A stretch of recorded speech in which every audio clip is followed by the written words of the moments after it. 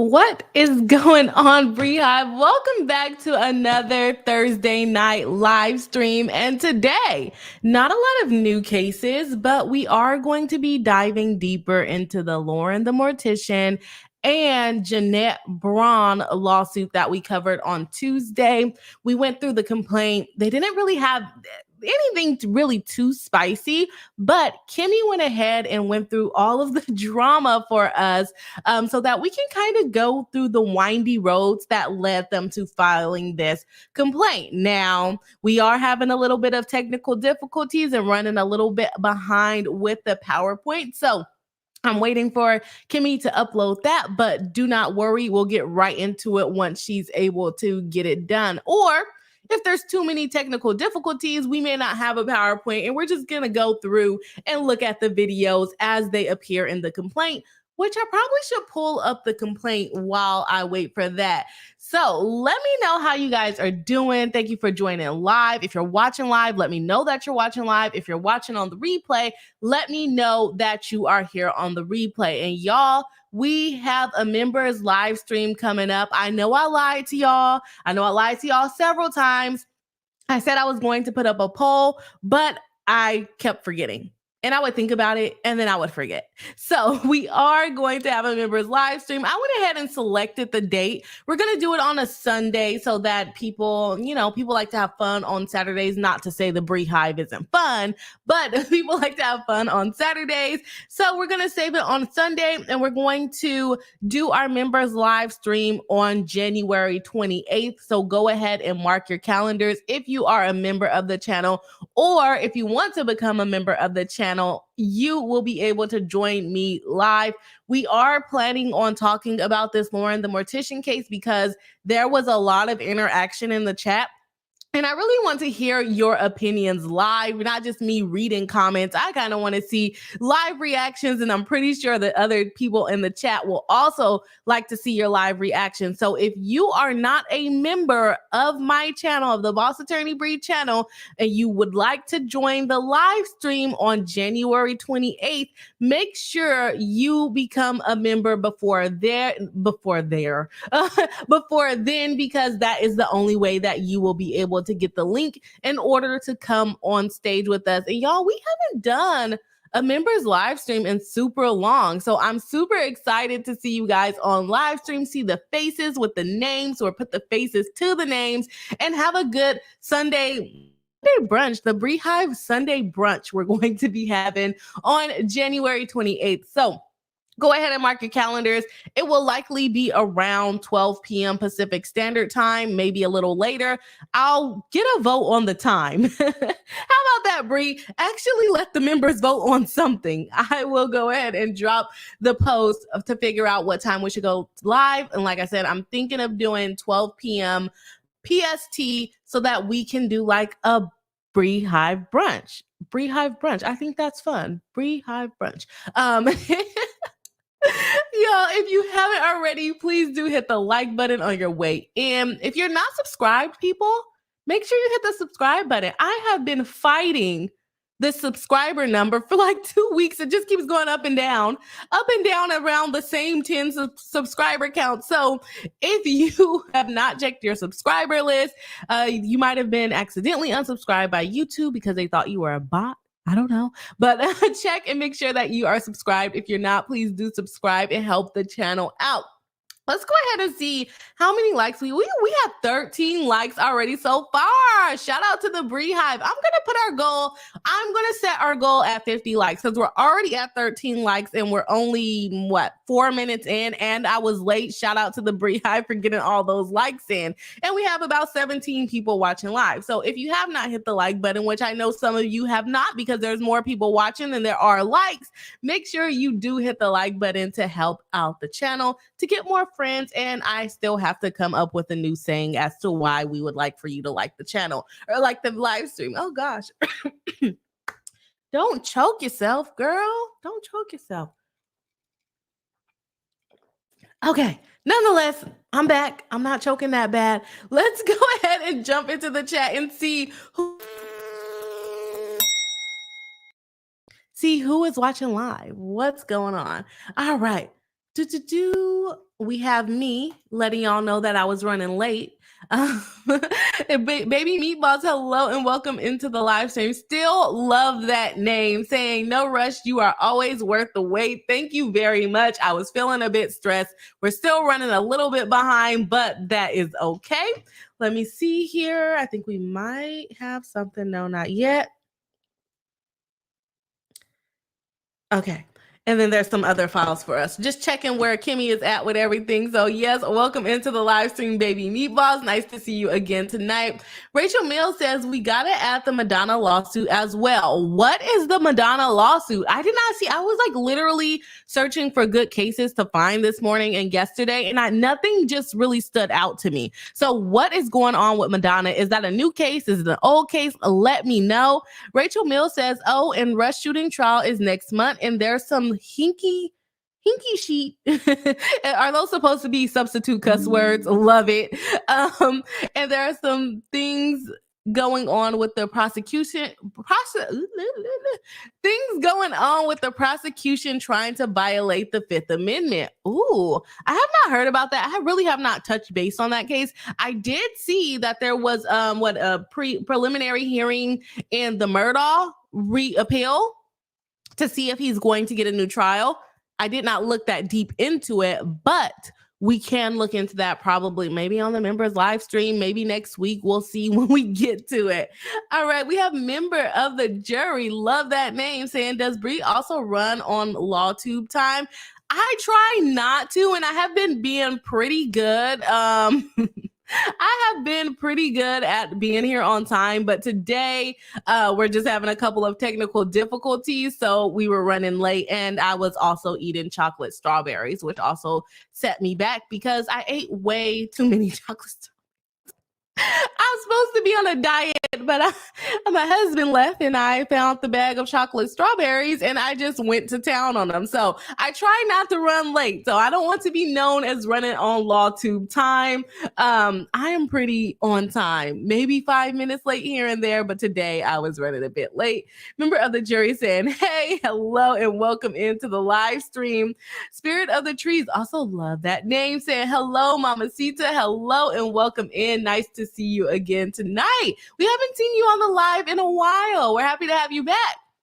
Z Seltzer, a member of the channel, saying hi, hello, and welcome into the live stream. Nice to see you tonight. Hope to see you on the members live stream on January 28th. Y'all, for real, go ahead and mark your calendars because I would love to see all of the lovely faces.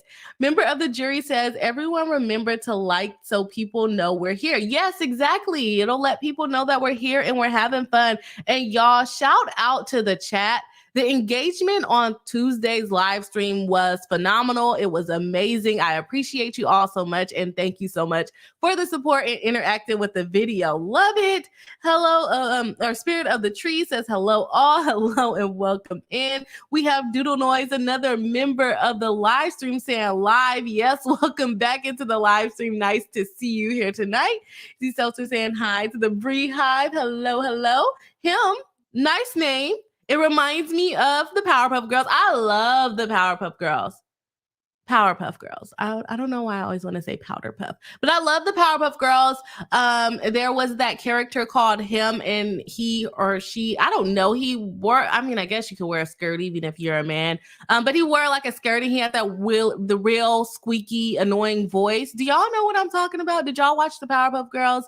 Brianna Grant, hello. Welcome into the live stream, saying hi there. First time here, your personality is delightful. Well, thank you very much and welcome into the Bree Hive. I hope you enjoy tonight. Sorry, today is a day of technical difficulties, but we are happy to have you here live. Just Me MD says, sending much love from Big Texas. Love it. I want to go to Texas. I've been there before, but I would like to go back. If you have any suggestions on where I should visit, let me know because I'm thinking about either going to Dallas or Houston. I feel like those are the ones I hear the most fun things about, but let me know. Nice to see you tonight. Crystal Harris says, alive. Yes, I made it alive. I'm alive. I'm alive. I am. The Spirit of the Tree says, yes, she is. Brianna Grant. To Brianna Grant, yes. I try to be cheerful. I try to be cheerful. Crystal Harris says, with the hive, live with the hive. Love it. We should say that, live with the hive. Crystal Harris says bars. Exactly. Got the rhyming going on. And Spirit of the Tree says, yes, indeed. Let YouTube know Bree rock. Smash the like. Yes, of course. If you haven't already, please do hit the like button. Thank you for the reminder, Spirit of the Trees. And then him says, that's where it's from. Okay. Oh, because I can't see your icon. Very good. Is it a picture of him, the guy from Guy Girl? I don't know if he was supposed to be a guy or a girl. And I keep saying he, but I just assumed it was a guy because they call him, but I don't know. He did.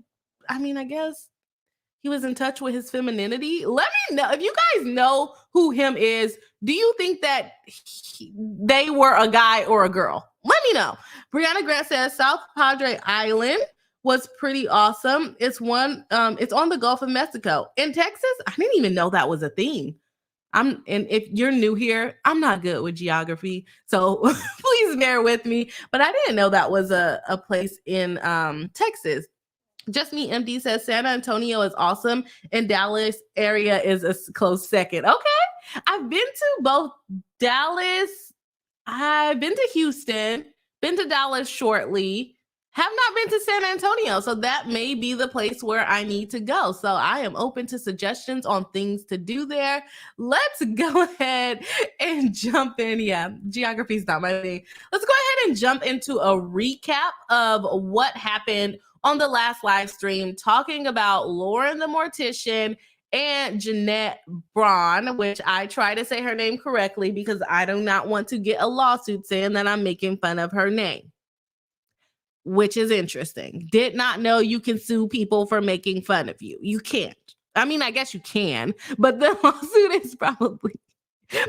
is probably going to be dismissed unless they find that you're like harassing them, which I guess that's what she could be alleging, but she's saying defamation. She's not saying they're harassing her. So let's actually pull up the document from the complaint while we wait on the PowerPoint from Kimmy. Like I said, we are having some technical difficulties. We were going to go through all the videos and things that were listed in the complaint. So I'm going to pull that up so we can take a look at, okay, what is she saying is defamation? Let's go ahead and look at that really quick. And for those of you who have been waiting, I have finally recorded the Love is Blind complaint pre-recorded video. I just have to edit it, so I'm hoping that I can get it out to you guys this weekend. If you don't know what I'm talking about, Love is Blind, the reality show, was sued by one of the contestants for basically making a working condition that was pretty much hostile and not protecting against her, and asking for the contract to be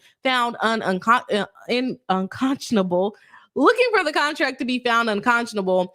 So I did a pre-recorded on that. I can't wait to put it together for you guys. I think it's interesting, but I mean, it's me talking to a camera, so why would I not think that I'm interesting if I had enough confidence to get on this camera and talk to you guys about things that I think you care about? But I think it's going to be a good video, so I can't wait to get that out to you.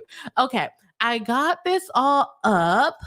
Let's take a peek. I'm going to check my ETA of our what do you call it? ETA of our PowerPoint to see what is going on. All right. Oh, just messaging Kimmy. She's not backstage yet, so I don't think we're ready yet. And while I type, because I cannot type and talk very well, if you haven't hit the like button, please do. We want to get more friends on the channel. This is our year of growth, Beehive. This is our year of growth. Let's go ahead and see what we have. 20 likes already. Remember, our like goal for the stream is 50. So if you haven't already, please do hit the like button. It definitely helps us out in the algorithm, helps us get more friends, and we are growing the Beehive this year. So let's get that going. All right, let's go ahead and jump into the complaint. If you missed a live stream on Tuesday, that's where I went through all of the facts that they're claiming is a violation, or not a violation, all of the facts that goes to what they're accusing her of doing to them. What am I talking about? That makes no sense. I went over all the facts that support their causes of action, the defamation, all of the things. Let's look at what they said was, what were the main statements that were made? And let me know in the chat whether you think it's considered opinion or fact. Remember, they are suing for defamation. Okay, calm down, scrolly. They are suing for defamation, and these are the comments that were said. Lauren the Mortician is suing because they called her transphobic. If you don't know who Lauren the Mortician is, I really liked her content. Prior to all of this nonsense going on, I haven't really seen anything from her pop up on my timeline, at least. Maybe my timeline thinks I'm against transphobic people, allegedly, because people were calling her transphobic. But they're saying that that's not true. She's not transphobic. I think that's going to be very hard to establish as a fact, because she could easily say that she's not transphobic. But then if her behavior shows that she is, that's when it will become an issue. And for those of you that missed the beginning of the live stream, we are waiting for the PowerPoint to kind of go over everything that led up to them filing this complaint. The next statement that they're suing for, and it's important to note that 4 of the statements have to do with Attorney Braun, who is or was, I don't know if she still is, Lauren the Mortician's attorney and the attorney for several other TikTok stars. 4 of the allegations or the 4 of the defamatory statements, alleged defamatory statements, are against Attorney Braun herself. But everyone's putting this forward as the Lauren Mortician complaint, when really Lauren the Mortician only has one claim against them. She's only claiming one thing. You guys called her transphobic. That's it. She's not claiming all of the other things, that kind of controversy that she had where they ended up getting, allegedly getting and I did not look up his name. If y'all know his name, the guy that did the child safety reviews, I didn't even know about him until all of the drama came up. But allegedly got his TikTok kicked off of TikTok, like his account banned. And so they're not really alleging any of that other stuff.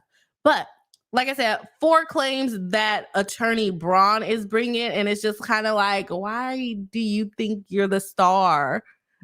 Why do you think you're the star of this lawsuit? I feel like she, and this is my opinion, I feel like she was the one pushing to bring this lawsuit because people were talking a lot of smack about her. So Lauren the Mortician, her issue is that people were calling her transphobic. For Attorney Braun, Jeanette, who they're calling Jeanette Braun, but Jeanette, she is suing because people are saying she's an unethical lawyer. I think that is something that will qualify for defamation, because I think you can prove what is unethical. There are definitions for what is considered unethical. So yeah, she may be able to prove that true or false. It's not an opinion. By calling her unethical, you're basically saying she violated some type of rule or law that she's required to follow, making her an unethical lawyer. You can't just be like, I don't like her, she's unethical, with no reasoning behind it. But the question is, did they have reasoning behind it? Are they going to be able to prove the second allegation against her, which is Attorney Braun files false copyright claims? And we talked about this a little bit on the last live stream. Can you get a copyright claim approved on these social media accounts? Fairly easy. In my opinion, yes. You basically just said, hey, this is my content. It needs to be taken down. Not, oh, this is defamatory. That is not what a DMCA notice is for. A DMCA notice is for people that are stealing your work, not making fun of you, not defaming you. That's what the court system is for. The DMCA notice is specifically for someone who is stealing work. She's claiming that it was a copyright claim because allegedly a photo of something that Lauren the Mortician posted was used as a screenshot on someone else's social media, but there was commentary to it. And one of the ways that you can kind of overcome copyright is if you are providing commentary or education based around it, but you're not really trying to duplicate it. And in this situation, they're like, we weren't trying to duplicate it. Okay. And then the next one that is Jeanette is claiming is that she is a rogue attorney.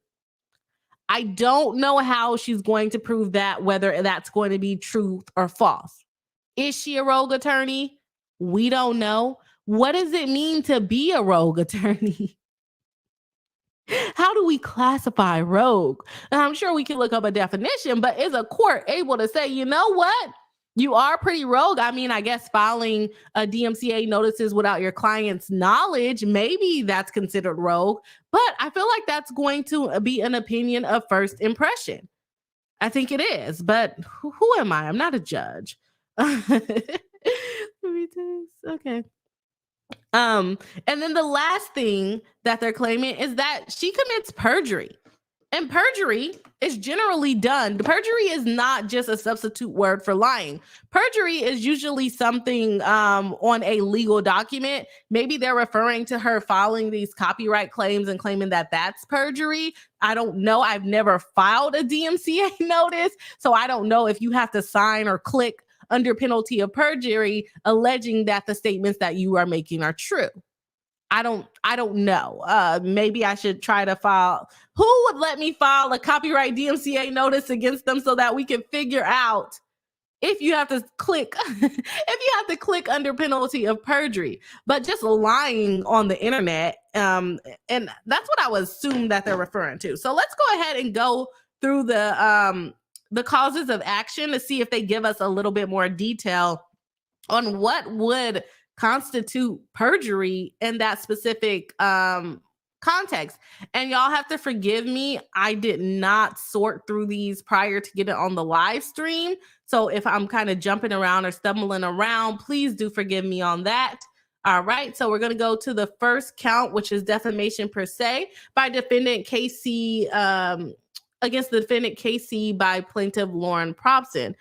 We talked about the facts on Tuesday, so if you missed it, you might have to jump back and look at the facts. So KC is the one that allegedly called her transphobic. KC is also the one that allegedly screenshotted one of the Lauren the Mortician's post and posted it on her Facebook. She's also the one that got the DMCA notice filed against her that we were talking about, saying that she's infringing on Lauren the Mortician's copyright. Now, one thing that I think is going to be an interesting point in this case, and maybe it won't be as big of an issue as I'm thinking it's going to be, is are they going to find Lauren the Mortician to be kind of like a semi-celebrity, that she's gained notoriety on TikTok? She has like 2 million followers. So is she going to qualify as someone who has gained notoriety? And it doesn't necessarily have to mean that you are absolutely famous. You don't have to be the Beyoncés of the Beyoncés to qualify under that higher standard where you have to prove knowledge rather than negligence. If she's found to be a regular person, then you would only have to prove negligence. But does 2 million TikTok followers make you semi-famous? Does that mean you have notoriety? Let me know if you guys think that they're going to try to argue that the intentional and the knowledge portion of defamation should be used because of all the followers that Lauren the Mortician has. I don't think that will be much more of an issue with Jeanette Braun. On the other hand, she only has about 50,000 followers on TikTok. So I don't think they're going to be able to say, oh, she is like a semi-celebrity or anything like that. But let me know what you guys are thinking in the chat. I'm going to go ahead and check one of the chats. We have Z Seltzer saying, Runkle said there is an order from the judge on this case already. Really? I don't have it. I do not have it. Kimmy, if you're listening, it sounds like there is an order on the case. I can try to find it, but y'all know I can't type and look things up while we're on live stream. Where is this case at? I think it should be easier to find because we are in district courts. So let me go ahead and pull this. Let's see if we can find the order. Did Runkle already go over the order? I would love to know what that's about. So we're gonna look it up right now because we're still waiting for our other piece of our content. But I didn't want to leave you guys waiting too long. So here we are looking up the case. This is Braun. Oh, we found it quickly. And There's something for an appearance. Clerk's notice. Okay. There is a minute entry by the Honorable Roland. It just says they have to file a joint initial status report. Okay, that's the only thing I'm seeing. And then there's a minute entry before Judge Rowland. In light of plaintiff's invocation of diversity jurisdiction basis on federal jurisdiction, plaintiff shall file a jurisdictional supplement as a separate docket sufficient. So it's not really much happening here. They just have to establish that there's a diversity jurisdiction, meaning that the people are living in different states. So yeah, they have to determine where their domicile is, which we talked about on this channel before, which is basically where they live. So there's not like an order on like if this should be dismissed or anything like that. It's just an order saying, okay, you guys definitely need to establish that this is diversity jurisdiction. And then there's another order saying that they need to come up or file a joint initial status report with basically how the case is going so far. So not much information there. Y'all, why like the name but difficult to say, so I'm just gonna say BJK.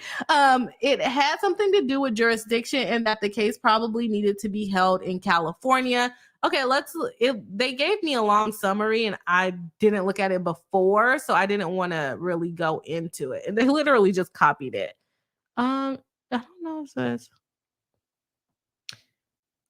don't know if it says anything about California, but it definitely says that they need to identify and establish the jurisdiction over the case. Yeah, so we're not going to go into it because I didn't have time to review that. But like I said, it's not like a substantial order to where they are dismissing the case or something. Z Seltzer says, yes, he did. It's about diversity jurisdiction. Yeah. Erica says that's it. That's it there. Seems like there is more about diversity. Yeah. As far as whether they can have the case heard in Chicago. And like I said, I don't think the judge has seen this case before, but now that there's a diversity order, I know that she has seen the case. And she's probably like, why is this in my courtroom? Why is this in my courtroom? Like, I don't want to handle this. Not that they can kick it out just because they don't want it, but I'm gonna be like, what the hell? Like, someone made fun of you on TikTok. What are we, like 5? So you're suing them? But no, I get it. You don't want to be defamed. You have a right to protection against people making up lies about you on the internet. But at the same time, it's like, someone made fun of me on TikTok. I'm going to sue you. Oh gosh, let me stop. Z Seltzer says yes, but there isn't diversity because JB said she resides in Indiana, not domiciled. I thought she was in Illinois. So they have to basically do a statement determining why it's diversity. So I'm thinking we're going to get a little bit more information from there. But I thought you said Illinois. Oh, are you saying you put Indiana, but did you mean Illinois and that she doesn't actually reside there? She's not domiciled there? I'm sorry, it's a lot of words and I don't want to read it because I think I'm just going to confuse myself trying to, because it's just one big block of paragraph and I don't want to confuse myself. I don't want to confuse myself. So yeah, in order for them to bring the diversity action in a specific state, at least one person needs to be domiciled there. So if she's not actually domiciled there, then she's probably right. This case can't go forward in Indiana. So if Braun is domiciled in California, then it probably does need to be moved. Erica says she said something in her briefing that it's temporary as far as living in Illinois. That's what I'm thinking that you guys are referring to. Let me go to it. Oh gosh.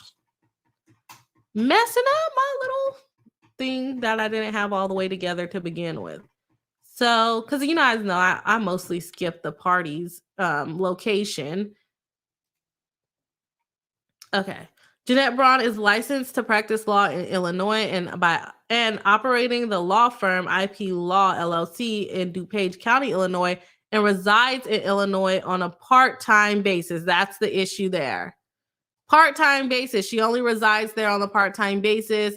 In order to have jurisdiction, she has to be domiciled there. What does domiciled there means? It means you have to be present and living in the state with an intent to remain indefinitely. So if she's living there on a part-time basis, she doesn't have any intent to remain there indefinitely. But then my question will be, if she is living all the way in California on a part-time basis, would they then have jurisdiction too? I don't know if you can really establish jurisdiction if you just live somewhere on a part-time basis. Y'all know I'm not a civil litigation attorney, so that would definitely be interesting to see how this plays out. I don't know the answer. I can't tell y'all. Z Celtic says, my bad, wrong state on my side. Oh, no problem. No problem. BJK says she has a home in Illinois, but she did not use the magic words on herself that she used on the others. And apparently there is evidence, a divorce case that suggests her legal residence is in California. Okay. That would make sense. That would make sense. Yeah. Because if she's there for 6 months and basically she's saying a part-time basis, so she's admitting that she doesn't live there and she doesn't have really an intent to stay there indefinitely. If her divorce case is in California, it would have meant she had to live in California for at least 6 months and in the county where she filed for at least 3 months. And that would basically create domicile, because if you're not present in the state and with no, if you don't have an intent to stay indefinitely, they generally use the rule of like 6 months. If you resided there for 6 months, then that would be considered your domicile if you don't have the intent to remain there indefinitely. So that would make sense. BJK says, and another defendant is in California, which apparently busts diversity, so they're going to have to be in the state courts. Z Seltzer says she has a personal domestic case currently running in California. Okay, that makes sense. So it's probably going to get kicked. And I honestly kind of feel like California, especially if she's in the LA area, will probably handle this case a little bit better than Illinois. Sorry, Illinois people. But, you know, California is like the home base to a lot of influencers. So, and that's where the influencers really move once they make it big, right? So I think the case will probably be better handled in California. So I wouldn't be mad if it got moved.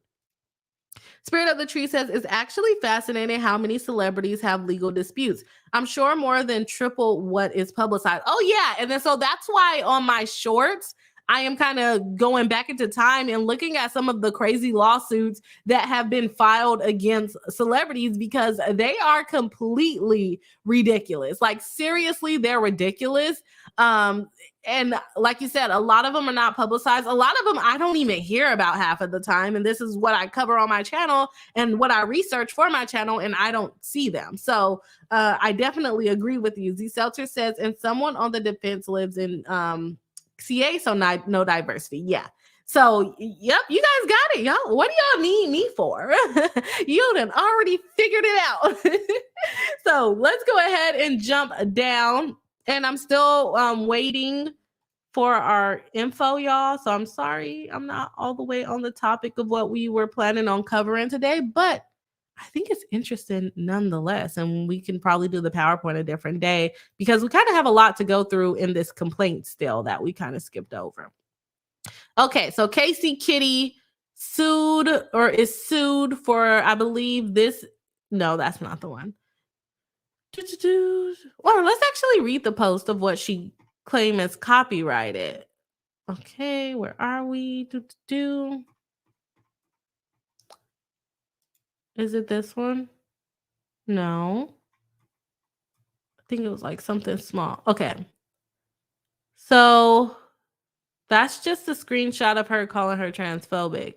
Okay, so they didn't screenshot what was the content, or they didn't put that on here. So we'll skip that. Sorry if I'm making y'all dizzy by scrolling up and down.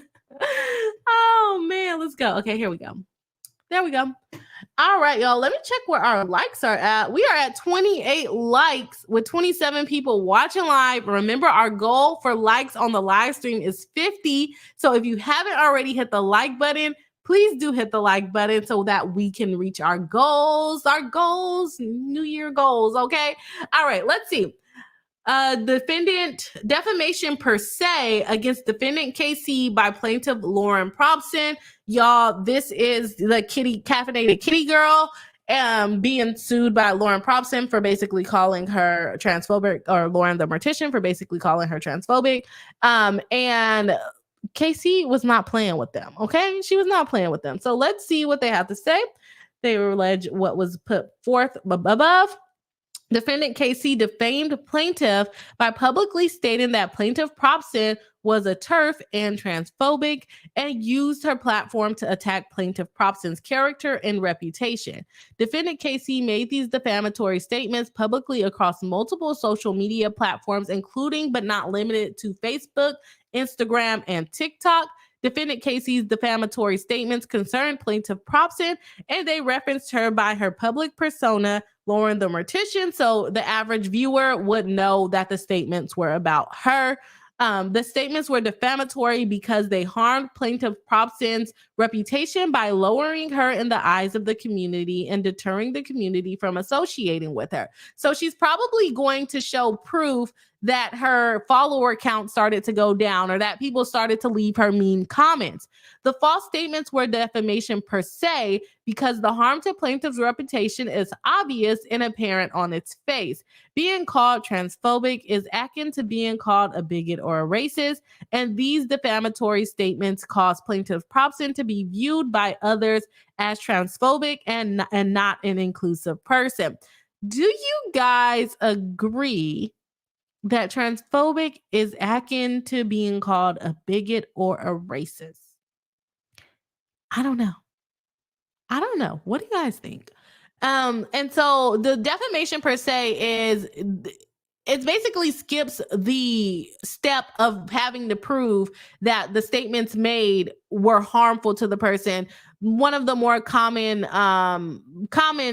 themes that you see in defamation per se is like, if you say someone has an STD, it's going to ruin their reputation just on its face. You don't have to prove that step of defamation, that it was harmful, that it damaged her reputation. So they're basically trying to say defamation per se, it's less steps that they would have to prove in proving their case for defamation. Okay, the statements resulted in plaintiff Probson losing her contact with a famous documentary channel and podcast deal that was in final negotiations. These statements prejudiced a plaintiff in her profession and harmed her ability to earn future sponsorships and followers. Is she referring to TikTok as her profession when she still seems to be a mortician? Which is also interesting to me because I did go and click on her page after reading this on Tuesday, and she like films in the morgue. And I thought that was very strange. And I wonder who her boss is that allows her to film in the morgue, because I don't go filming in my office while I'm dealing with clients, right? It's a bit strange, but I wonder if she's referring to TikTok as her career versus being a mortician as her career. And to each their own, maybe it is. I would like to be a TikToker, but I don't know if I would call it my career over being a lawyer. Let me know what y'all think. Kimmy, why did I say Kimmy? Defendant Casey's posting to TikTok was an unprivileged publication of the statements to third parties. Okay. As a proximate result of defendant Casey's publication of false statements of fact, about plaintiff Probson, she sustained injuries to her good name, character, and reputation so as to establish presumed damages. As a proximate result of defendant Casey's publication of false statements of fact about plaintiff Probson, she was harmed and continued to be harmed, and that she has experienced economic and non-economic damages, including emotional distress. I will say she doesn't seem as bubbly from the videos that I recently watched as she did when I first saw her videos. So maybe she is going through some stuff because of the things that was said about her, including emotional distress and mental anguish, harm to reputation, and harm to her career, which she probably did lose. Which she didn't say that though. She never said I lost followers because of this. So is her reputation really harmed? She never said people are leaving her bad comments because of this. I think that would support that there was damage to her reputation if she said, and people just they come on my channel and they just say, "Oh, you're a little transphobic." I don't know if that's how they would say it, but she's not saying that's constantly happening to her. So, I mean, not that she necessarily needs to plead that, but it would definitely support her case.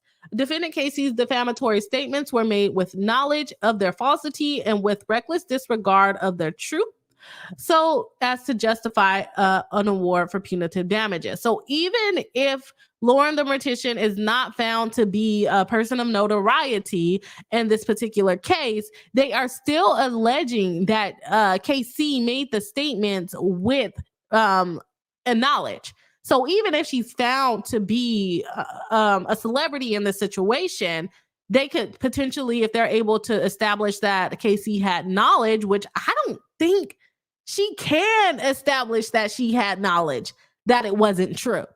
She saw some things that she did and she made really an opinion, because I don't know who's going to come out, and maybe there are people that come out and just go, you know what I am? I am a transphobic. I have been diagnosed as a transphobic. Can you get diagnosed as like a racist or a transphobic? I don't think you can.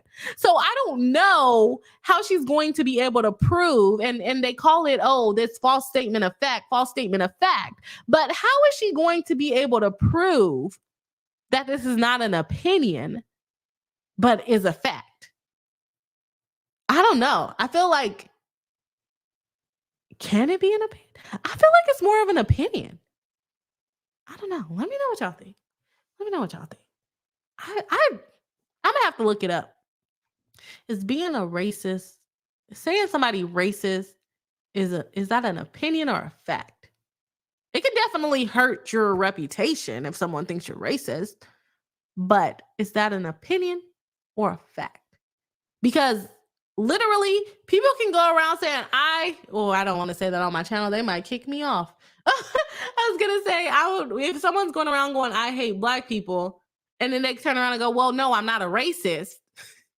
Do I then get to make the opinion that they are racist? I feel like, yes, I can. Whether they say that they're not or if they are, I think I can say that. But also, I guess the fact I can go around and say that I'm not Black, and y'all go, Bree, you are very Black. Like, I don't know what you're talking about. How are you going to say you're not Black? We can clearly see that you're Black, and that's a fact. That's not an opinion. I mean, I guess. I don't know. I'm confusing myself at this point. Let me know what y'all think. Let me know what y'all think. Before I go into count 2, I'm going to jump into the comments. So let's go and see our friend Bossy the Bee. All right, let's go into the chat. And I don't have Kimmy here to help me out with sorting the chat, so I'm going to try my best to read the ones that are relevant to what we're talking about now. Let's see. Spirit of the Tree says, yep, I left Alabama after with my sons and filed for custody, but because we lived there more than 6 months, Alabama won jurisdiction. I had to fight my way for custody from New Orleans. Yeah, that happens a lot. You think you can just leave, and you really can't. I've seen in situations like that where if the mom or whoever had custody left without the court's permission, if the case was already filed, you would lose custody of the kid. So hopefully that didn't happen to you. Chi-Town Girl says, the judge tore the complaint apart. Basic rules weren't followed as far as the jurisdiction goes for this, Lauren, for this complaint that we're going over. Spirit of the Tree says, apologies, last text did not come out how I was thinking. Was just saying I know about the 6 months domicile thing. Yes, exactly. No, I definitely understand what you meant. Yeah, you can't just leave. You have to be there for at least 6 months to establish your domicile, unless you can prove that you have the intent to remain indefinitely. But generally that's shown by being there for like 6 months and buying a house and a car and getting a job and all of the things. So there we go. Let's see. Let's jump back into it. Bossy. Take it away, bossy. Take it away. All right, let's jump into count 2 of what's going on. Defamation against KC by plaintiffs Jeanette Braun and Braun Law Firm. Remember, she's suing on behalf of herself and her company, which is interesting that she's still running her practice in Chicago, but living in California. Is she going to get licensed in California and be my fellow barmate? Hope not. I really hope not. Let me see here. I have no contact from Kimmy. Where's Kimmy at? Okay. All right.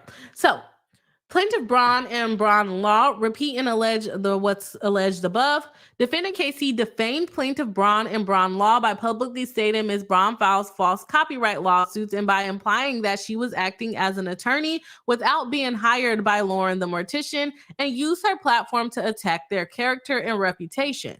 Defendant KC made these defamatory statements publicly across social media.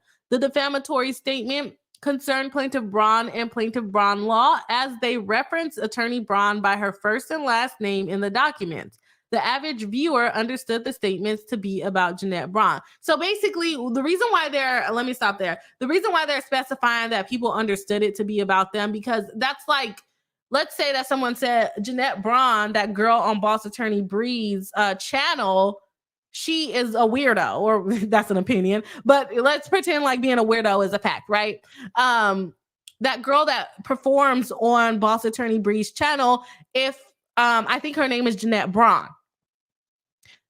I would not be able to say, or Jeanette Braun would not be able to say that they defamed her because she's definitely not me and she's definitely not on my channel, performing on my channel on a nightly basis, right? So they have to, the people, the public, or whoever the information is divulged to, whether it's just one person, remember, publication, what is that? Publication of a defamatory statement only has to be to one person. Now, are the damages higher if it's to multiple people, like a huge social media following? Yes, but it only has to be to one person. But the person has to understand the person that you're referring to is actually that person. I understand that when you say Boss Attorney Bree, you're returning to Bree, the girl on YouTube that has the pink sign in the back of her YouTube channel, right? Like, you can't say Boss Attorney Bree and you're referring to Jeanette Braun. I can't then sue, or Jeanette can't then sue over that. So I hope that makes sense. I feel like I'm just talking in circles. Okay. Let's see. They know her because they use her name, obviously, right? The statements were defamatory because they harmed plaintiff's reputation by lowering her in the eyes of the community and deterring the community from associating with her. I mean, I guess she's gonna say because she lost business. The false statements were defamatory per se because the harm to plaintiff's reputation is obvious and apparent on its face. Being accused of being an unethical lawyer that files frivolous copyright claims that painted attorney Braun in a false light and incited others to act against her. This resulted in attorney Braun losing potential clients and having others repeat the same false accusations against her. I don't know why that makes me laugh. Because she's basically like, it's a real thing. Like, it's a valid concern, but she's like a lady. She has to be at least over 40. She has to be. And she's going around filing a lawsuit talking about they're bullying me on TikTok. Log off of TikTok. Log off of TikTok. Cyberbullying is real, but as a 40-year-old lady, or plus, my opinion, I don't know how old she is, log off, okay? Log off. And stop filing copyright claims allegedly. Let's go on. Okay. She lost potential clients and having others repeat the same false allegations against her. These statements prejudiced plaintiff in her profession and harmed her ability to retain new clients. So she's out there trying to get new clients. She said that the assertions regarding Braun's competency and her legal ethics were intended to harm, discredit, and tarnish attorney Braun's reputation. Defendant Casey's posting to GoFundMe was an unprivileged publication of the false statements to third party. What about everything that you're claiming that she posted on her actual TikTok? You just talk about GoFundMe now. As a proximate result, defendant Casey's publication of false and defamatory statements about Braun, they sustained injuries to their good name, character, and reputation. Did she have a good name? I don't know. My opinions, alleged. The harm continued, and they experienced economic and non-economic harm. All of the things they're saying that she did this with knowledge or reckless disregard. I don't know if she could prove that it was knowledge, because she didn't know. She just saw what you were doing and she said you were unethical. She just saw what you were doing, and to her, that was unethical. So I don't know if they're going to be able to prove that. I don't think they will. Okay, count 3 against Rebecca Daney Box by plaintiff Jeanette Braun and Braun IP Law, LLC. They allege everything above. Defendant Day defamed plaintiff Braun and Braun Law by publicly stating that attorney Braun was unethical, again. And she files false copyright lawsuits, again, without proper investigation, and used her platform to attack her character and reputation. Defendant Day made these defamatory statements publicly across multiple social medias. She used her full name so that people can recognize they were talking about her. This is defamation per se because it basically painted her in a false light, and being an unethical lawyer caused her to lose potential clients and current clients. Basically the same thing that she alleged before. It ruined her good name, character, and reputation. So they established presumed damages, and they are also accusing her of having knowledge of the statements that she made. Again, I don't think you don't have to say, hey, I heard that attorney Braun is an unethical lawyer. Let me go talk to attorney Braun and say, hey, are you an unethical lawyer? No, she doesn't have to do that. But what she can do is see if you're posting things saying, yeah, I filed that takedown notice, or someone told her that she filed a takedown notice. She had reason to believe what Casey was saying. So I don't think that they'll be able to prevail on saying that she knew. No, she didn't. She didn't know. And honestly, can we all say that Braun is not unethical in some type of way? Does anybody have the opinion that these are lies against attorney Braun?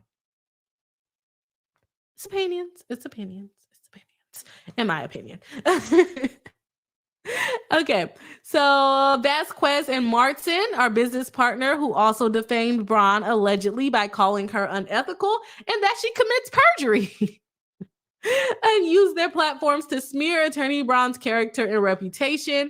Defendant Martin and Vasquez made these defamatory statements publicly across multiple online platforms, including YouTube, Twitter, Spotify, Apple Podcasts, Google Podcasts, Castbox. They post their podcasts everywhere.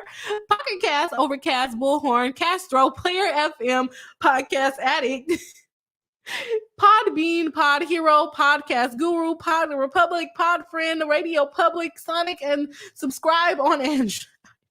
What is subscribe on Android? That's a podcast too? I did not even know there was so many podcast platforms. I should put my nonsense onto podcasts. I cannot keep up with that. I already have a tough enough time keeping up with what I'm doing right now, which is TikTok and YouTube. Okay. So they used her full name so people would understand that it's her. The statements lowered basically, her reputation by lowering her in the eyes of the community and deterring the community from associating with her. The false statements were defamation per se because the harm to plaintiff's reputation is obvious and apparent on its face. Being accused of being an unethical lawyer, perjures herself while filing copyright claims, painted attorney Braun in a false. Why am I laughing? Like, this is like serious issues if it's true. But I guess a part of me doesn't feel like it's true, and incited others to act against her. This resulted in attorney Braun losing potential clients. These statements prejudiced plaintiff in her profession and harmed her ability to be retained by new clients. My question is, how is she going to be able to prove that these new clients watched their specific videos? How are they going to be able to prove that? You know, have to pull data from TikTok, I guess. Defendant Vasquez and Martin post on various platforms unprivileged publications of false statements to third parties. As a proximate cause, she sustained injuries to her name, character, her good name, character, and reputation. Let's see, that she was harmed and she experienced economic and non-economic loss, including harm to her reputation and harm to her career. So she's not experienced mental anguish like Lauren, but her career is damaged, allegedly. And the defamatory statements made, they're claiming that she's claiming that the defamatory statements were made with knowledge and reckless disregard for its truth or falsity. With that, let's pause before we go into number 5.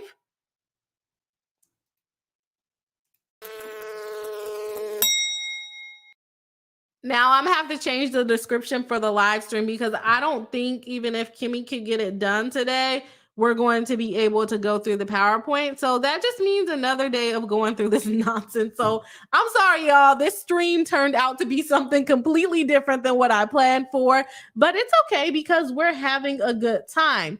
If you haven't already, please do hit the like button. We are at 37 likes with 30 people watching live. So if you have not hit the like button yet, please do, because our goal for the live stream is to hit 50 likes during the live stream. Shout out to all of the people that watch on the replay that hit the like button afterwards. So let me see where we are. Okay. Where are we at? Spirit of the Tree says exactly, log off of TikTok like she is a grown woman.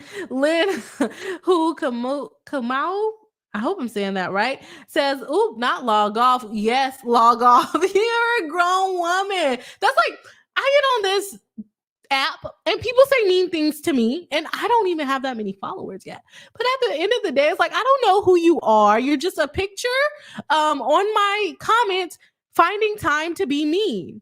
You're not going to ruin my day by saying mean things to me. Because at the end of the day, I'm still going to get online and make myself laugh. Okay? Whether you like it or not, I'm going to be online until they kick me off. So I don't know. You just can't take that stuff too seriously. You know, I was told don't be a tool. Don't be their tool. You need to fact check. You fact check. The guy got convicted like I said he would. Anyways, Sheila says, "Oh, Bree, love your sass." Thank you so much. I just giggle my way to happiness, I guess. Smalls, welcome back into the live stream, saying, "Nah, she did that all on her own. People think she's terrible because of her own actions, but she's saying these people spread it, and that's why they think that." And I would love to go on her page and search, but I don't want to give her that much attention to see if she ever made any statements about the fact that she files copyright, what do you call it? Copyright strikes, right? I wonder if she's ever said anything about it. Or I feel like her page is teaching people how to do it. So, I mean, I wouldn't be surprised. Z Seltzer says, "I can only hit it once, so instead drop the heart." Thank you very much. I definitely appreciate it. We're on our way. We're almost there. We hit 38 likes. So again, y'all, if y'all haven't hit the like button, please do. And we actually had like 98 views so far, which is pretty good for a live stream. So shout out to the Bree Hive and the newcomers to the Bree Hive. Let's jump back into the case. Where's our friend Boss? Or our pet Bossy. I don't know why I love the ding sound so much. I just did a TikTok and I kept putting dings in it. Ding, ding. I don't know why that's a good sound for me. I need to put a ding on my soundboard. I need to figure out how to work the soundboard. It's like my third time saying this on the live stream in like the last 2 weeks. So I need to figure it out. Okay, let's see. False light against KC by plaintiff Lauren Propson. Again, okay, but it's for false light, not defamation. A defendant Casey's actions in falsely portraying plaintiff Propson as being transphobic and non-inclusive placed plaintiff Propson in a false light. Defendant Casey's conduct placed plaintiff Propson in a false light that would be highly offensive to a reasonable person. I don't know. I guess. If someone called me racist or transphobic, I don't think I would be offended. Would you be offended? Let me know in the chat. Would you be offended if someone called you those names, especially if you knew that you were not those things? Painted in a false light, it would be offensive to a reasonable person. I don't think I would be offended if someone called me racist or I don't think I would be offended. Racist, transphobic, anything. If they called me those things, I don't think I would be offended. So I think I'm a reasonable person. Other than laughing at people's pain on the internet. They're legal pains, of course. They're legal pains. But I don't think I would be offended. Let's see. Defendant Casey acted with actual malice. Okay, that's a bold statement. They acted with knowledge that their statements were false or with reckless disregard for whether the statement were true or false. Defendant Casey intentionally mischaracterized her evidence to fit her predetermined narrative. Defendant Casey had reason to know that her actions had the potential to incite large amounts of people to protest and retaliate against plaintiff Propson, and that her allegation needed to be carefully sourced. Nonetheless, how do you source if someone's transphobic? Don't you usually just point at their actions and make your opinion? How do you source that? How many acts of being transphobic do you need to do in order to be considered a transphobic? Anyways, nonetheless, defendant Casey made false accusations to attack plaintiff Propson and differentiate her own online persona from plaintiff Propson. And that's one thing that I forgot to mention. The reason why Caffeinated Kitty KC was saying things online, I don't think she needed to be mean about it. I don't think she needed to name call about it, but people were confusing KC with Lauren the Mortician. They both have like bright colored hair, but other than that, they don't look alike, other than both potentially what appears to be Caucasian with colored hair, but the two colors of hair were different colors. So I don't know how people confuse them. They look nothing alike in my opinion. But the reason why she said she came out and made her statements was because she did not want to associate herself with her. So I guess and I haven't watched her videos. It was supposed to be a live reaction today. I guess she was probably like, don't confuse me with that girl. She's a racist or she's a transphobic and I am not those things. I guess that's a way to get your point across, but was it really necessary? Probably not. Probably not. It was not necessary. I get her point, but I don't think that's the comparison that needed to happen in order for people to believe you. Okay, let's see. As approximate cause, or as approximate result of defendant Casey's publication for false statements of fact about plaintiff Propson, she sustained injuries to her good name, character, and reputation as to establish presumed damages. As approximate cause to defendant Casey's publication of the false statement of fact about, I don't know if we can prove it's fact, she was harmed and continues to be harmed in that and has experienced economic and non-economic damages, including emotional distress, mental anguish, harm to reputation, and harm to career. They are stating that she made this statement with knowledge. Again, don't know if they're going to be able to prove that. Let me see something here. Sorry, y'all. I got a little distracted because my cameras are going off in my house and I don't know if you're supposed to be here or not. It's probably just my husband coming back. Yeah, it's my husband coming back. I'm like, why is my cameras going off? Because I can't hear him because I have these headphones on. False light against defendant KC by plaintiff Jeanette Braun and Braun IP. They say that Casey's action is falsely portraying plaintiff Braun as a rogue attorney. How are we going to prove these things? How are we going to prove it? Y'all can easily get on here and call me a rogue attorney. I don't think I would be offended. You have a girl with a highlighter sign in the background laughing at people's legal troubles. Am I also a rogue attorney? How do you prove that? maybe it is provable. I just never have heard of things like this. Okay, that was not. Plaintiff Braun it portrayed her in a false light that Plaintiff Braun was a rogue attorney that was not hired by Plaintiff Probson, and claiming that she files false copyright claims placed Braun in a false light. This statement would have been offensive to any reasonable person. Again, and maybe I'm just not like easily offended, but that wouldn't offend me. If people got online saying I was a rogue attorney, if people even got online saying I was a dumb attorney, that's your opinion. I don't care. I'm not rogue. I'm not dumb either. So suck it, okay? Defendant Casey acted with actual malice. That is, she acted with knowledge that the statements were false or reckless, or with reckless disregard for whether the statements were true or false. They said she intentionally posted the cease and desist letter after knowing that she was already an attorney for Plaintiff Probson, and mischaracterized her evidence to fit the predetermined narrative that she was being falsely accused of copyright infringement. Defendant KC had reason to know that her actions had the potential to incite large amounts of people to protest Plaintiff Braun and her law firm. They attacked her reputation. And so that was one of the things we were supposed to cover today on today's live stream, is that a lot of the evidence that they are citing in this complaint can be potentially seen as misleading, as far as what they actually said and the tone that they said it in, and whether it really did put them in a false light, which I was very interested in looking at. But we'll get to it. We're just not getting to it today. What the heck? Okay.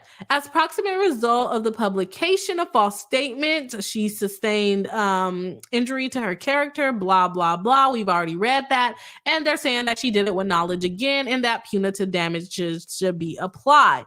I'm wondering if they are claiming this intentional aspect of it, the knowledge aspect of it, because they know it's a potential that they can be seen as a celebrity. And I don't really like that for them. Like, that's the only thing I am on their side with a little bit. Maybe not as much Lauren the Mortician, because she has like 2 million followers. But for Attorney Braun, she only has like 50,000. Could she be considered famous? I mean, probably now that she's trending and everybody's talking about her alleged bogus lawsuit. But before that, I don't know if she really had notoriety. Okay. False light against Rebecca Day Box by plaintiff Jeanette Braun IP and IP. Jeanette Braun and Braun IP. Day's action falsely portraying Braun as an unethical attorney, filing false copyright claims, place plaintiff in a false light. The conduct would be offensive to any reasonable person. Defendant Day acted with actual malice. That is, they acted with knowledge that their statement were false, or with reckless disregard for whether the statements were true or false. Defendant Day intentionally posted several TikTok videos and comments for the sole purpose of creating and monetizing content on her social media profile. Defendant Day had reason to know that her actions had the potential to incite large amounts of people to protest and retaliate against Plaintiff Braun and her law firm, and that her allegations needed to be carefully sourced. Nonetheless, Defendant Day made false accusations to attack Plaintiff Braun and Braun's law's reputation, which is crazy, because the people that come onto social media, they're pretty regular people. Like me, I'm a regular girl, right? And you never expect to be sued for these kind of things. And now all of a sudden they're being sued just because they covered some trending topic on TikTok. I think it's crazy. Oh, wow. We have a super chat from Lawn Lumber. Hello and welcome into my live stream. Saying, glad to see you live again. Oh, sorry. Great case to cover. Absolutely wild. Yes, it is absolutely crazy. I have been missing in action, but I've been consistent this year. So hopefully you'll see me popping up a lot more. It's nice to see you in the chat. And hopefully I can catch one of your lives soon too. All right. Everyone say hi to Rob. Welcome into the chat. But yeah, this case, also, I forgot to say, thank you for the super chat. Definitely appreciate it. Definitely appreciate the support. Yeah. So that just kind of threw me off. I was not expecting a super chat. So yes, I'm super grateful for that. And I'm like smiling on the inside. Let me get back on track here. Yeah, so false light. She's unethical, filing false copyright claims, and she's saying that it would offend any reasonable person. Sure, the unethical part, maybe, but again, if I'm not unethical, but I guess if she's losing business, I guess if I lost business because of it, then I would be a little bit more serious. But I don't know how she's gonna prove that she lost business from it. I don't know. I don't know. I'm gonna go into the chat and see. I'm going to go into the chat and see what the people are saying. Just Me MD says, in my opinion, for X to say I prefer to date within my race doesn't make you a racist. To say I don't agree with same-sex relationship doesn't make you homophobic. Using negative connotation ideologies is different. Yeah, exactly. But my question is it an opinion based on like what the people are showing you, right? You can easily say I'm not a racist, but then you have a picture of, a hanging Black person from a tree in your living room. I don't know how many people are going to say you're not racist when they see that picture. I don't know.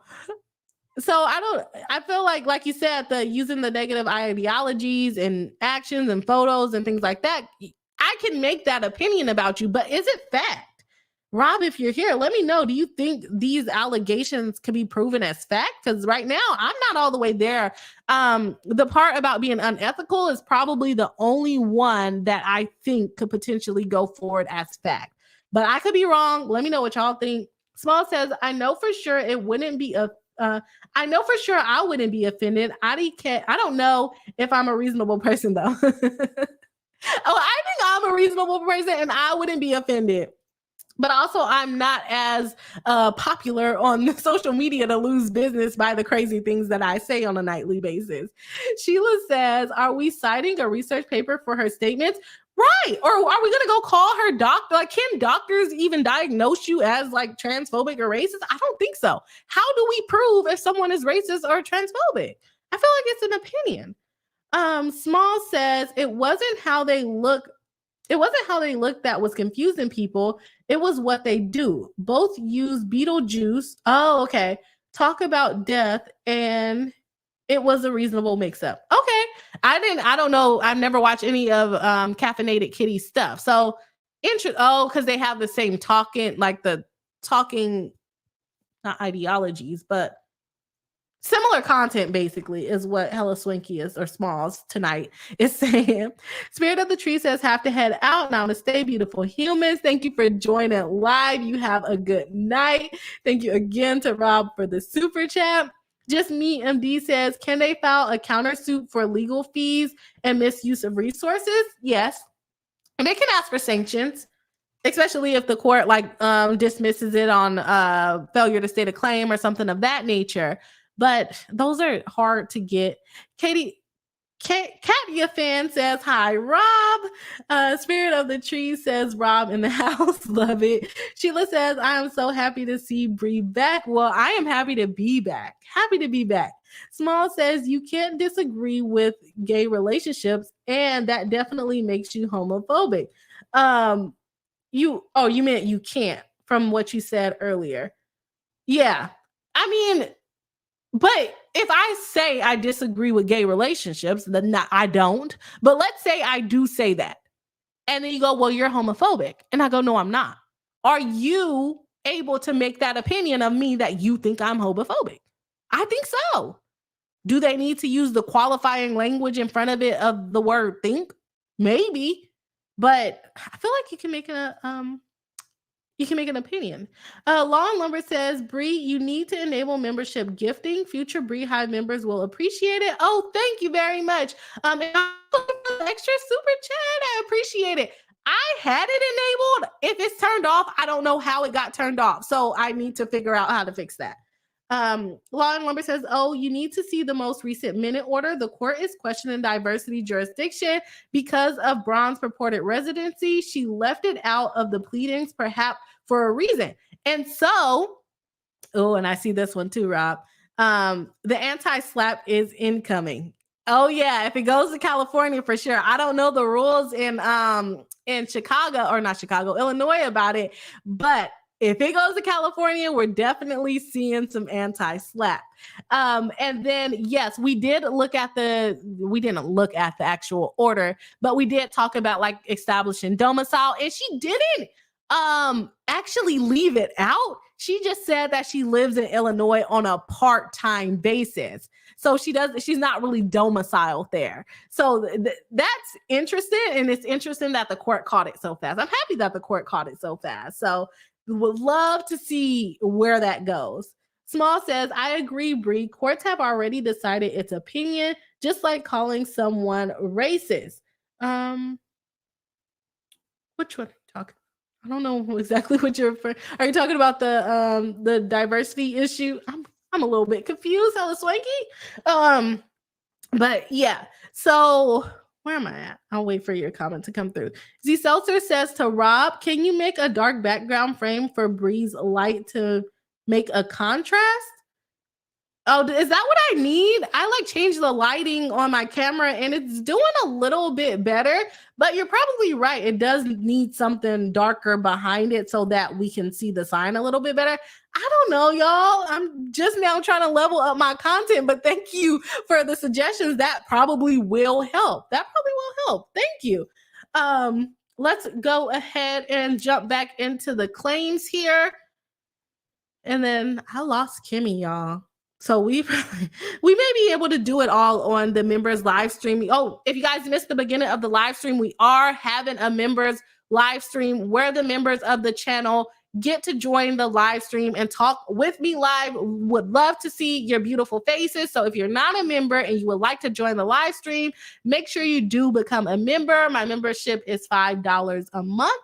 Rob apparently just tried to gift me some memberships, but somehow it got turned off. So I'm going to have to figure out how to fix that.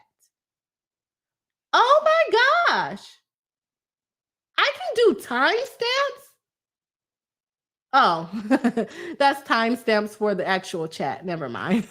Sorry, y'all. I'm over here trying to figure stuff out while I am live streaming. Small says, no, I was agreeing with you that calling someone transphobic / racist, etc. is an opinion. It's an opinion people are allowed to have. That's what I would think too.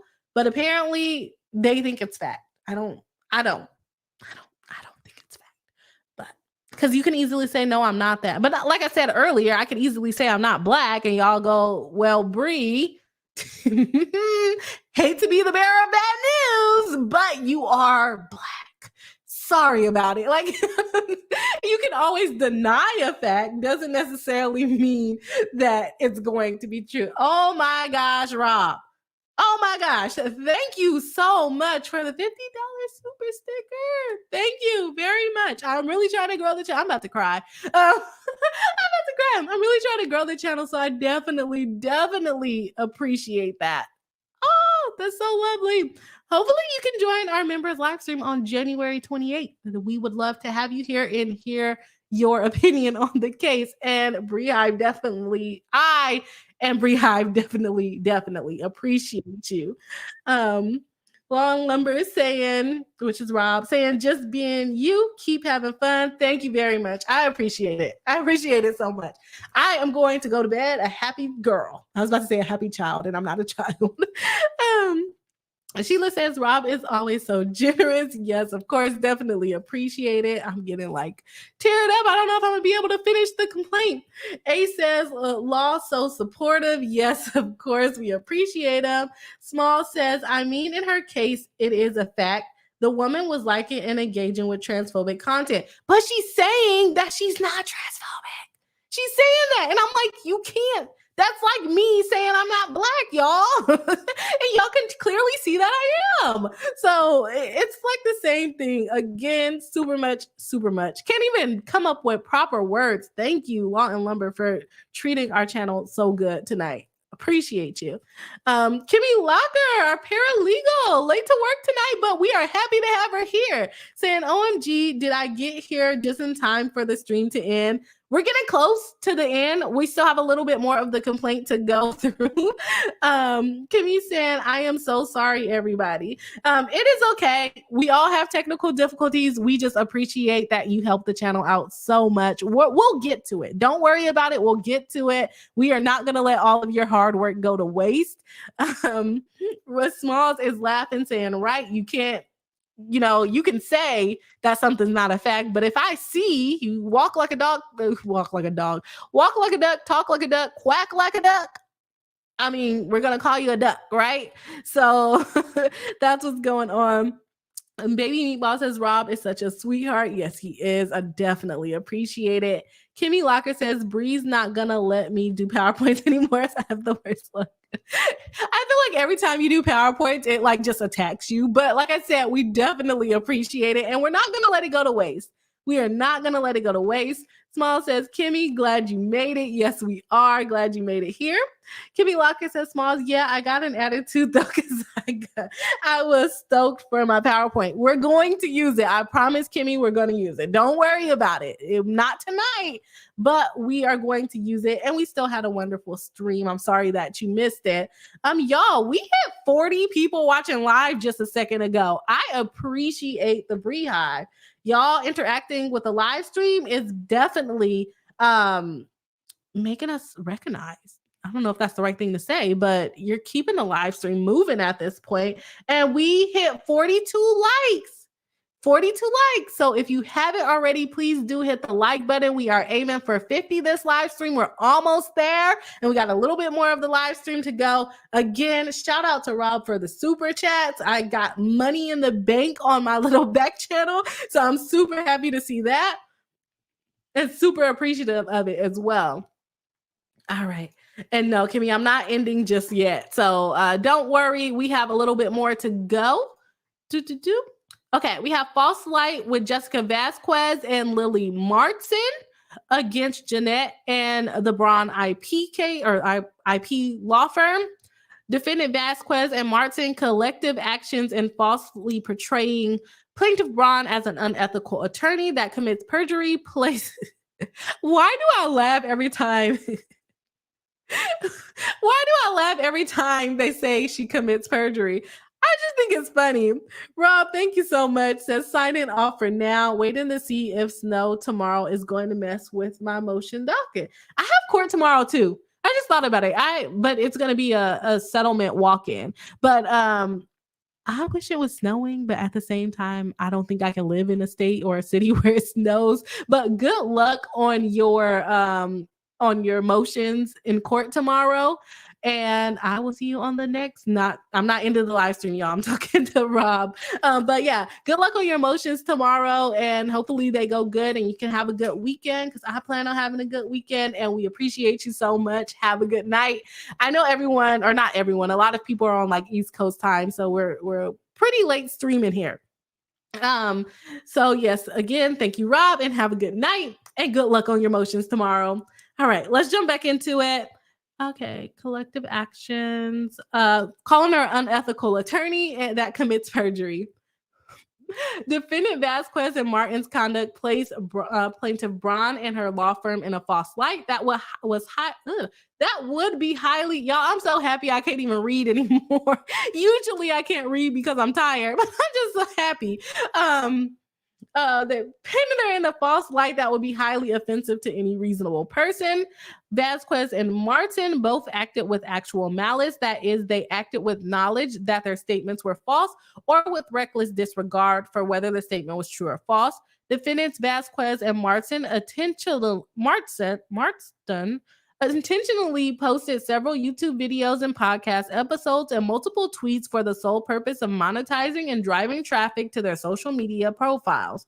Defendant Vasquez and Martin both had reason to know that their actions had the potential to incite large amounts of people to protest and retaliate against plaintiff Braun and her law firm, and that her allegations needed to be carefully sourced.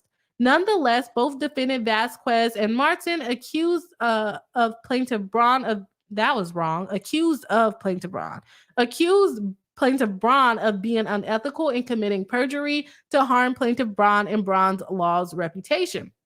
They go ahead and say that they actually, they put the intentional up higher, but they're saying that she had economic and non-economic losses, including damage to her reputation. Oh my gosh, y'all are still going? Okay, they're saying libel. Basically, they wrote the statement, so it would be considered libel versus defamation because libel is written false accusations made to a public. It's just like defamation, but written. Oh, snap. I can hear what's going on downstairs. Okay, so I'm not going to read through these ones again. It messed up with her potential sponsors and deterred other sponsoring opportunities. All right. They don't know how much it would have damaged, but they will prove it at trial.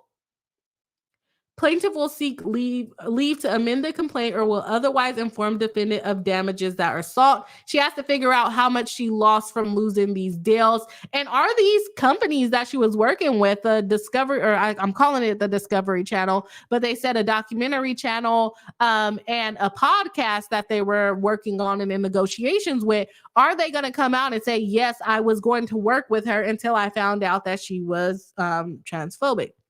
Okay, so we have libel again with Casey against Braun in November 2023 and continuing through the present. Defendant Casey willfully, without justification or privilege, published orally and in writing false, misleading, and disparaging statements about Plaintiff Braun and her reputation as an attorney, including but not limited to defendant Casey's followers on their Caffeinated Kitty social media account.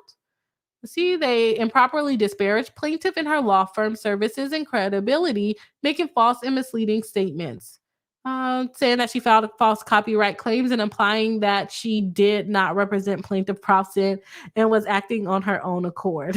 So she's like, basically, I'm going to file a copyright strike against you. Look at me, Lauren. I helped you. That's what they're accusing her of.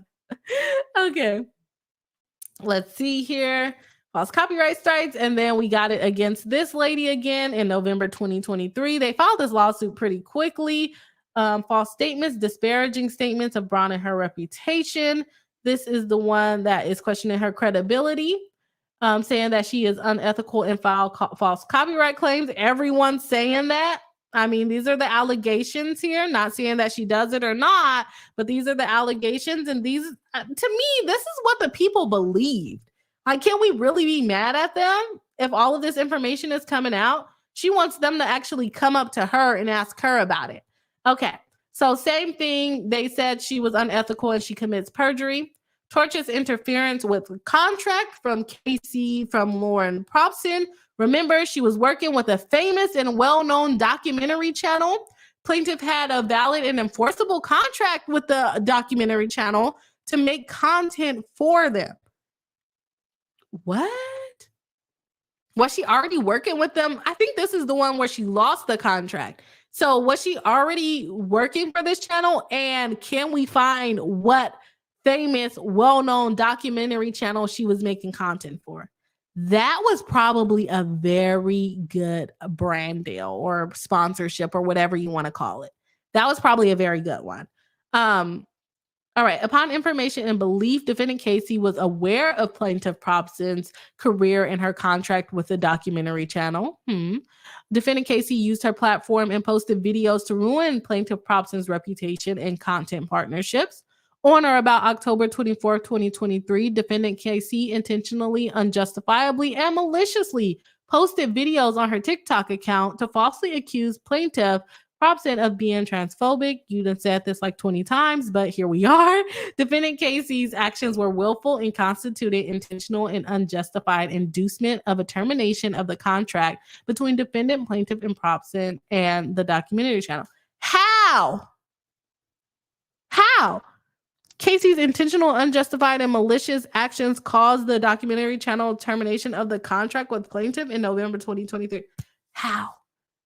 Did they send her a letter? I need more evidence, but like we said earlier, this is probably going to get kicked to California. An anti-slap of giving their opinion is probably going to cancel it out. Thank you for making that point, Rob. Let's see. Defendant Casey unlawfully, tortiously interfered with an existing contract between plaintiff Propson and the documentary channel. Plaintiff Propson has been damaged by defendant Casey's willful, tortious interference in an amount to be determined at trial, but not limited to lost income from her contract. Furthermore, defendant Casey has irreparably harmed plaintiff Propson and caused plaintiff Propson to suffer a substantial loss of goodwill and reputation. Well, maybe you shouldn't be liking the post.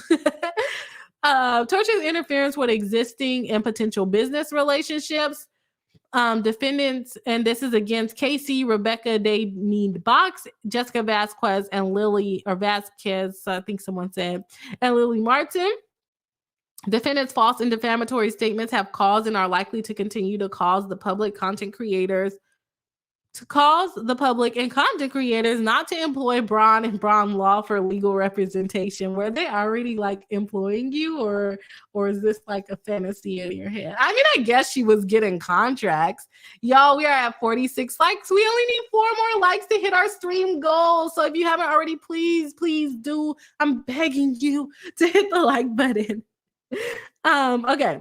So she's saying nobody wants to work with her anymore, but the question is, were they working with her before?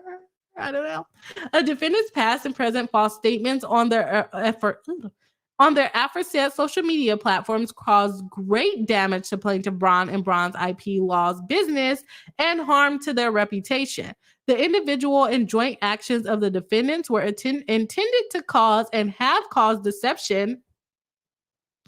I don't think they were intending to cause deception, though. I think they think it's true. And some of your actions support their truth. The fact that they think it's true. Or that their opinions are at least valid, right? Misleading clients and prospective clients of plaintiff Braun and Braun's Law as the true characteristics and qualities of their services and have disparaged plaintiff Braun and Braun Law's name in the legal profession, social media service industry, and besmirched her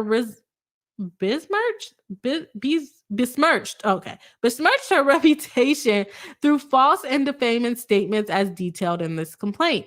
Defendant's conduct as aforesaid in disseminating false and disparaging accusations and dissuading the public from dealing with plaintiff Braun and Braun Law constitutes unlawful interference with plaintiff Braun and Braun Law's existing and prospective contracts with its current and prospective clients to their severe damage and detriment as a result of which plaintiff Braun and Braun Law have suffered damages to their business, harm to their reputation, lost income, attorney's fees, and other economic loss. Again? More? I thought we were almost done. I'm going to get into the chat in just a minute. Casey's conduct in publishing false and defamatory statements about plaintiff Propson and in threatening plaintiff Propson with continuing to defame her if she did not admit to being anti-trans. Casey's conduct in publishing false and defamatory statements about plaintiff Propson and in threatening plaintiff Propson without continuing to defame her if she did not. Casey, I'm sorry if this is true. She was bullying that girl. Is it defamation? Probably not. But was she bullying her? Probably. Admit that you were. I'm sorry, y'all. Admit that you were anti-trans. Stop lying. Well, she's basically trying to prove her case. You're saying that she's lying. She's saying that she's not. And she wants you to admit that she's not lying. I don't think it's that bad. It's a little aggressive, but it's not that bad. Casey willfully, maliciously, and intentionally engaged in extreme and outrageous conduct with the intent to inflict severe emotional distress upon plaintiff Propson, or alternatively, with the knowledge that there was a high probability that such conduct would cause plaintiff Propson severe emotional distress. As a direct and proximate result of Casey's conduct, the resulting emotional distress, plaintiff Propson has suffered humiliation, embarrassment, headaches, depression, anxiety, lack of sleep, mental anguish, with and without physical symptoms. Intentional infliction of emotional distress against Day to plaintiff Propson. Defendant Day's conduct, they're not even alleging that she did any defamation, any libel, any interference with her contract against Day, but you're alleging intentional infliction of emotional distress against Day? That's a little strange to me, but let's go on. Day's conduct in publishing false and defamatory statements about plaintiff Propson and in threatening plaintiff Propson with continuing to defame her by posting more videos about her was extreme and outrageous. Defendant Day willfully, maliciously, and intentionally engaged in extreme and outrageous conduct with the intent to inflict severe emotional distress. It was a high probability of it and was a direct and proximate result of Day's conduct and resulting in the emotional distress. Plaintiff Propson has suffered humiliation, embarrassment, headaches, all of things she listed before. Wherefore, plaintiff respectfully requests the court to enter a judgment in their favor against defendants, each of them jointly and severally. They think that the damages is going to be more than $75,000, although they have not stated a specific number. That is a way to get into district court under diversity as well. Awarding and accounting plaintiff for the gains and profits.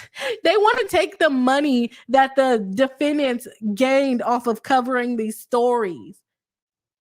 If you think you're losing money, why are you going to try to go into another content creator's pocket? I get they hurt your feelings, but geez, they want them to take back what they said and stop them from making these statements that Lauren is transphobic, that Braun is unethical, that she files false copyright claims, that she's a rogue attorney, and that she commits perjury. The funniest ones to me are the fact that she's a rogue attorney and she commits perjury. Don't know why it's funny, but it is funny.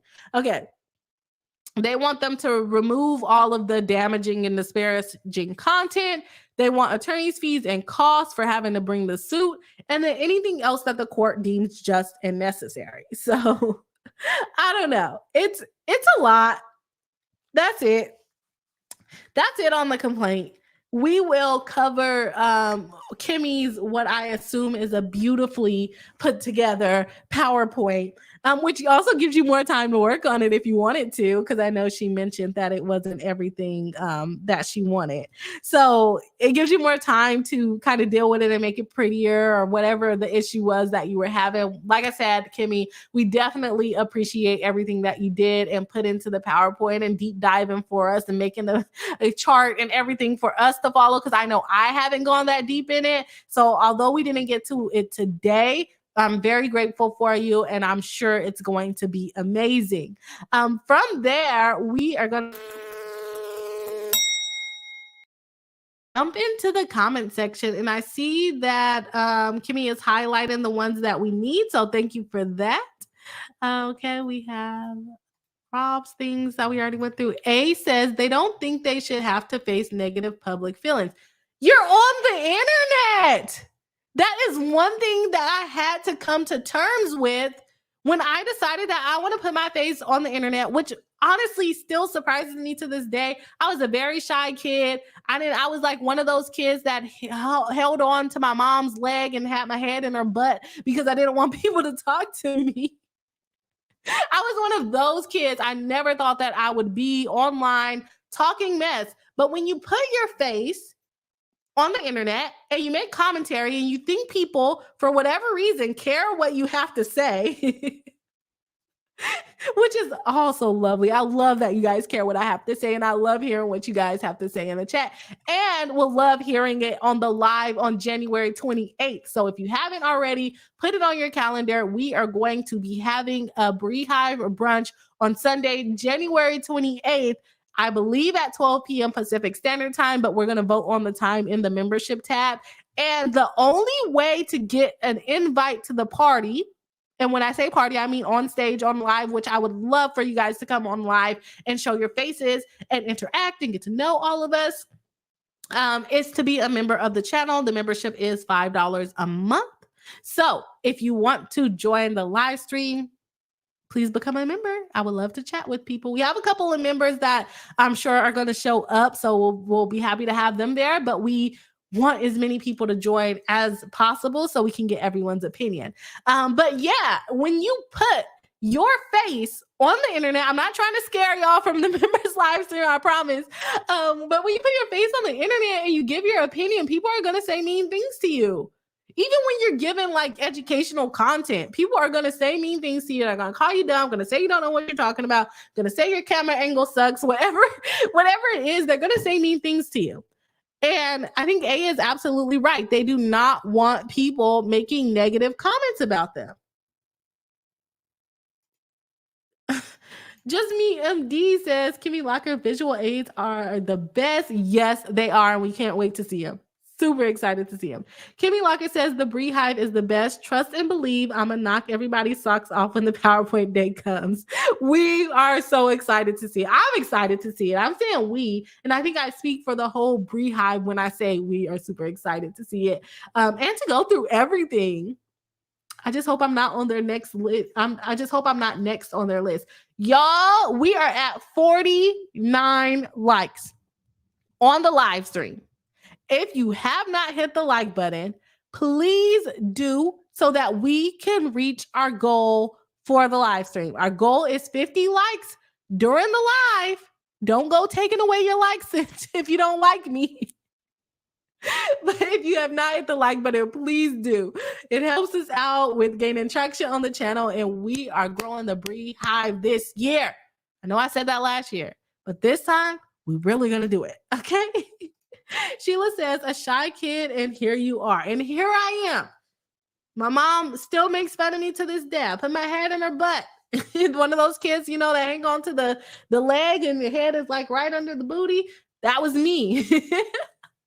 And then she put me in like cheerleading and stuff like that and bullied me to becoming a performer, a dance performer, a cheerleader, all of the things. Did the leader of my step team when I got in college. So I'm still pretty shy though. When we go to mixers, when Alpha and I go to mixers, he like is promoting me because I'm like super shy to go up and talk to people. And maybe that's why I talk to a camera in my room. Because I'm super shy to go up and talk to people even now, but I can get on the internet and talk about interesting topics as much as I want. I don't know why. It's just me. BJ, but no bear, love the name, says, I wonder how the statement from Bunny XO claiming that the claims Braun filed on her behalf were done without her permission and against her direction would affect the unethical claims. It will also help the rogue attorney claims if that's not found to be an opinion. You're rogue. You're rogue. I mean, I guess you can determine what is rogue. But if she's willing to testify, you can't just pull her statements up. She has to be willing to testify because her saying that would be considered hearsay. And we all know hearsay is not admissible unless there's an exception. And there's probably no exception there unless she goes there and testifies that she said it herself, right? So that would help the unethical claim. That would help the defendants on the unethical claim and on the rogue attorney claim. And although it's not directly Bunny XO saying that she's the rogue attorney, they're saying that she was a rogue attorney because she filed that while she wasn't really representing Lauren. They're going to have to come up with, which they can literally come up with and make it up and sign something and put the date to show that she was already hired, which, I mean, not saying she would do it, but not saying I would be surprised if she did do something like that, basically making a fee agreement from prior to when she filed the copyright claim. But it's possible. It's possible. But yeah, I think that would help the defense side if they can get Bunny XO to testify. And again, we all get on the internet. We start these live streaming channels. We start these TikTok channels, never thinking we're going to get in a lawsuit, never think we're going to face a public backlash. And then all of a sudden, we got someone like Bunny XO going to need to be testifying on a stand. Isn't that crazy? I think that's so crazy. I was always like in law school, I'd be like, people get sued, like just regular people get sued. I thought that was the craziest things. Kimmy Locker says, I wish they would. Your channel can be the first that turns the tides and countersues for bogus takedown claims. I can't believe that doesn't happen more often. And that's basically what these TikTokers were trying to call out. I don't think that Caffeinated Kitty is wrong in saying that she filed a false copyright claim. I don't think her copyright claim is valid. And I've said it on Tuesday's stream and I said it on today's stream. It's very easy in my experience because I have had copyright things on my channel, TMZ. When I'm giving commentary, that's why we don't cover any TMZ videos because they will be quick. And this is not defamation because several attorneys and also other YouTubers will come forward and say, TMZ is quick to strike your channel. And people say that on the line, but do you see TMZ suing people because they're saying that they're striking their channel or they hired some company to strike their channel? No, because they know that they're doing it. So, Miss Braun, if you know that you're doing it, why are you suing people for it? You saying it's a false claim. You know there's ways to overcome copyright infringement. One of them being making commentary. Come on. Let's do it. A says Bunny XO still hasn't made a public statement / release instead of comments. She's a coward. Oh, dang.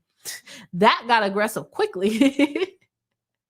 I got aggressive quickly. I'm sorry. I don't know everything about Bunny XO, but I'm sure Kimmy is going to have some lovely information for us on the PowerPoint.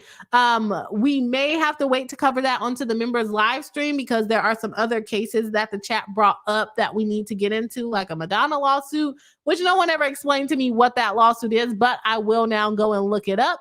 There's something going on with the Rush shooting. The trial is about to start, which is surprising to me. Did not know that was happening. And then I also saw that Murdaugh had a